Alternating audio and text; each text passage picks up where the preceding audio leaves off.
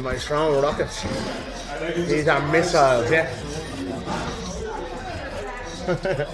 These are fucking missiles.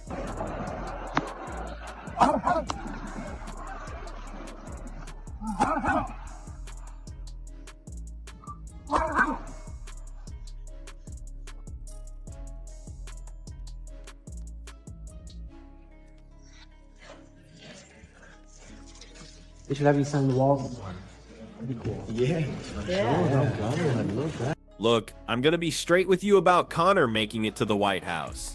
That's probably not happening, but let's say for argument's sake it does. Here's the real question. Can Conor still control the narrative even after taking losses? The guy's been teasing a comeback for half a decade now. If he skips the White House opportunity after saying he wasn't available but would show up in November or January, could this be McGrath pulling the ultimate con? You're probably one of the last people who still buys into Conor's promises sometimes. Most people don't fall for it anymore, but you still do. I remember laughing about this exact thing with you. I told you to wake up because you're acting like someone who keeps going back to their ex. You know they're no good for you, but every time they call, you think maybe this time will be different.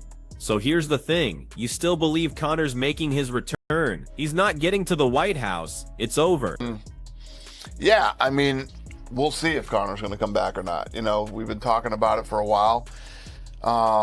Yeah, we'll see. We'll see how it plays out. I don't know, though. Even without any official opponent announcement, Conor McGregor is training like the fight's already locked in. Everyone can sense McGregor getting ready for the moment. What's left for the White House card is figuring out who's brave enough to step up and challenge him. The speculation is running wild, with various names being thrown around for who might get the nod from the current administration. Battle negotiations are happening right now. I'm personally working with the United States on Ireland's behalf for this fight. It's definitely a unique situation we're dealing with. The current administration has been completely behind this from the start, and honestly, I can't contain my excitement about it. Yeah, I mean, that would be a fight, but can I count on John Jones? Yeah. Can't have John Jones doing something bad or pulling out of... The noise gets even louder because of all this uncertainty swirling around. McGregor's preparing like his return is guaranteed, but Dana White keeps downplaying everything publicly. He gives these vague responses and just shrugs whenever someone brings up the topic. All signs point to something happening, but he dodges questions and acts like nothing's set in stone. This hesitation feels intentional, especially with the White House connection becoming clearer. It's not that it's unbelievable, more like a calculated pause before making official what everyone already knows is inevitable. So you can't picture any scenario where Conor actually makes this happen with Paramount Plus backing it. Like, let's say John Jones comes back, he fights Johnson Almeida. He was like, you know what? I want to be on the White House card. What do I got to do? They're like, okay, you fight the winner of Volkov versus Johnson Almeida. Bet. And then he beats Johnson Almeida. And then it's okay, perfect. You're going to fight the winner of XYZ on the White House. Perfect. I'm all for it. But I just don't like when somebody's iced, sitting there chilling. They get to pick and choose what they do. Maybe they earn that right. I have no idea, right? But for me, I want to see guys who are putting the fucking, rubber to the pavement. Brother, and all the accomplishment John Jones has done, it's amazing. I'm not denying that. I'm just saying that if we got guys who are on the roster who are fucking fighting their asses off, they should have the first dibs to get on the White House. Even for Conor, we don't need his ass on the White House, right? But I know him and Donald Trump, they got some good things going. But I just don't want to see other athletes miss out on an opportunity that are fighting right now. And then, when conversations turn to possible matchups, he gets evasive. He dismisses the McGregor versus Chandler discussion as old news that wouldn't be worthy of such a high-profile presidential event. Other big names get thrown around, like John Jones, but every suggestion comes with complications. The message is clear. Star power matters, but only if there's real certainty the fight will actually happen, especially on this kind of stage. All this talk about Michael Chandler and Conor is floating around. Do you think that matchup actually makes sense? I even heard Joe Rogan recently suggesting they should just book Alex against John Jones for the White House card. Does that seem realistic to you? 2 out of 5 chances maybe. With over the years, and there was very big rumors about you and Conor McGregor. I know Umar Kremlev has said that he wants to maybe stage that fight one day in Russia. Do you think that would ever happen, you boxing Conor McGregor, or you having a crossover fight with Conor McGregor? Oh yeah, that's possible also with Conor McGregor. Depends, but as long as I can still fight. And then just final one from me, similar to Conor McGregor, have Khabib Nurmagomedov, who is of course a massive star in MMA, an undefeated fighter. If you had the choice between fighting Conor McGregor and Khabib Nurmagomedov, who would you fight and why? McGregor. And why would it be McGregor and not Khabib? Too much. Do you prefer that? I want to shut his mouth out. Do you prefer that somebody at Khabib is very humble, very, is a very religious man? You prefer that type of person? He's a nice guy. He's a nice person, humble, and that's an inspiration. A good role model for us. The divide becomes even more obvious when you look at different perspectives. While Dana White keeps his answers vague, Eric Trump is actively promoting the idea of having the sport's biggest names headline this White House event. He presents Jon Jones as the type of fighter who would step up for a historic moment like this. He talks about McGregor like his involvement is a foregone conclusion, hinting they could end up facing each other. When this comes from someone with direct connections to the venue itself, it makes all the speculation seem less like wishful thinking and more like real momentum building behind the scene. Each statement adds to the anticipation and makes the event feel closer to becoming the spectacle everyone's already imagining. Turn to Michael Chandler. It's very hard for me to believe that Conor McGregor is going to return and that anybody else get that opportunity.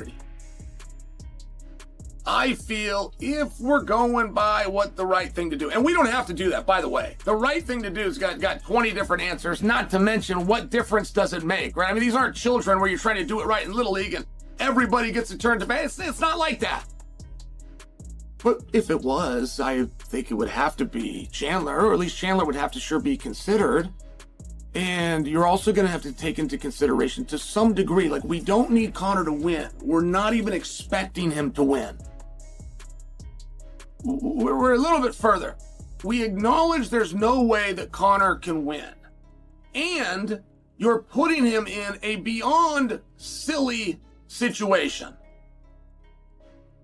We have never returned somebody after a 4-year break and put him in a 5-round atmosphere. But Demetrius Johnson doesn't hold back about who he thinks deserves the spotlight. He argues that Conor McGregor and Jon Jones shouldn't automatically get handed spots on the White House card when there are fighters grinding every single day and earning their position in the Octagon. He wants to see merit rewarded over star power, a reminder that even legends shouldn't be able to cut in line when others are putting in work and making fights happen right now. Conor's side of things here, I feel like this fight maybe not happening between you two there, it has less to do with you. Yeah, it never has anything to do with me, man. I'm the most reliable, most professional man in mixed martial arts, maybe in the history of mixed martial arts. So when I sign my name to a dotted line, I show up and do the work every single day. With that being said, there's still some hope there that maybe that fight happens. We shall see, but we're having some conversations, and either way, I will be on the White House lawn. Pacquiao stepped forward with his own bold proposition. He wants a White House boxing match with McGregor. For Pacquiao, this represents a challenge and partly shows loyalty to Frank Warren. He's pushing for McGregor to demonstrate what he's really made of. With more voices entering the conversation, the event feels less like rumors and more like an inevitable showdown that fans won't be able to ignore. Each new challenge just adds pressure, making the White House card feel like it could become the most unexpected fight card in history. Now there's another major development. Or anything, but Dana was very clear, like the matchmaking was gonna start last week. Have you been involved in at least conversations since that point?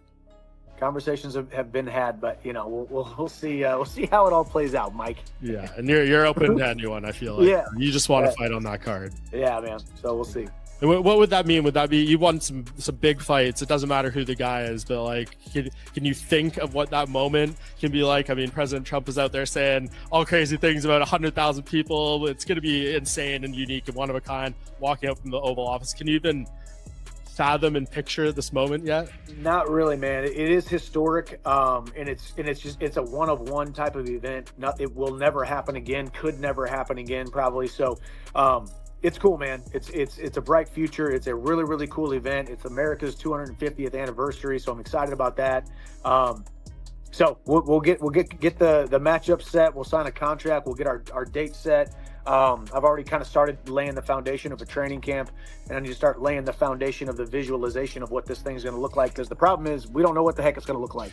Meanwhile, Chael Sonnen provided a dose of reality, pointing out how strange this entire situation has become.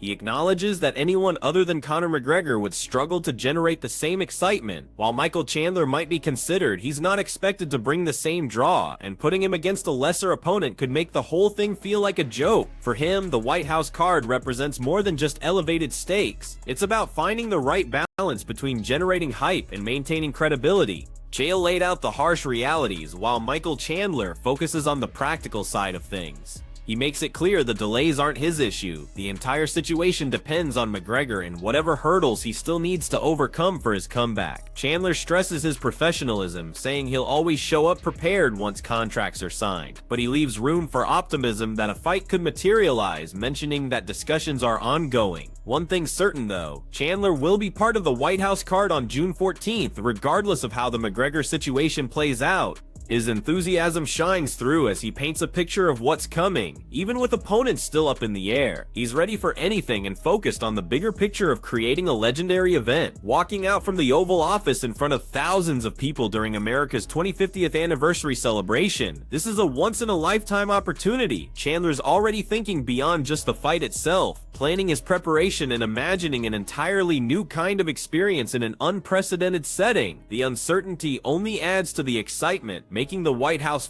fight unlike anything else in combat sports history. Daniel Cormier brings a different perspective to the discussion. He acknowledges that Conor McGregor's star power is in a league of its own, but he points to Ilia Topuria as the fighter who's come closest to matching that level of hype, not through celebrity status, but by actually delivering on every expectation since his UFC debut. His comments subtly suggest a potential showdown between McGregor's unique appeal and Topuria's rising momentum could be on the horizon. It's unfair to compare anyone to Conor McGregor. I really believe that. Nobody will ever reach that level of fame, but if you're going to compare someone to Conor in any way, it's in how Ilia created massive expectations and has consistently lived up to them. He might never achieve Conor's level of stardom, but he's delivered on the hype and anticipation at every level since entering the UFC, and he should be proud of that achievement. Daniel Cormier and Chael Sonnen both agree that if Conor McGregor doesn't show up for the White House event, all his comeback talk starts sounding empty. For 5 years straight, McGregor has teased returns, getting fans excited and fueling endless speculation, but Cormier and Sonnen say that words only go so far. The White House stage isn't just another fight, it's a statement, an opportunity that could finally back up everything he's been claiming. Skip it and the mystique around his return risks shifting from excitement to doubt, leaving fans and fighters questioning whether the legend is as serious as he claims to be. I don't think Conor can still dominate headlines if he keeps losing. He's been promising a comeback for 5 years. If the White House happens and I'm not there, but then you see me in November or January, could that be McGrath's final trick? You're one of the few people who still believes Conor sometimes. Most people don't buy it anymore, but you do. I remember laughing about this exact scenario with you. I said, calm down, you're like that person who keeps going back to their ex every time. You know they're not right for you, but when they reach out, you think maybe they've changed. So you still think Conor's coming back. He won't make it to the White House. That ship has sailed. Here's the reality though. Love him or hate him, the White House card will be the biggest event we've ever witnessed, but it can only reach that level if Conor McGregor is actually on it. Without him, it just can't happen. That's only true if Conor McGregor participates. Dan Hooker also threw out his own suggestion for McGregor's next opponent, arguing the White House event could be the perfect stage for a fighter who can match Conor's intensity. Drawing on various storylines and backgrounds, he emphasizes how McGregor's unpredictability and relentless approach create a unique type of challenge. Hooker's take suggests the right opponent isn't just about technical skills, it's about finding someone who can handle the psychological warfare, the media circus, and the chaos that comes with facing McGregor on such a massive and truly unprecedented stage. With all the speculation about potential opponents, Ariel Helwani breaks down how the White House event could actually come together. He points out that McGregor hasn't fought in nearly 5 years, which limits the UFC's options for his return while still maintaining commercial and fan appeal. From his analysis, if McGregor does participate, various scenarios could unfold, though Michael Chandler remains the frontrunner. Helwani also maps out potential fights for the rest of the card. Ghazi versus Ilya, with others likely needing new opponents, emphasizing that plans could keep changing right up until the event. So what do you think? Who's prepared to step up and face Conor? Drop your thoughts in the comments, and make sure to subscribe for all the latest White House fight update.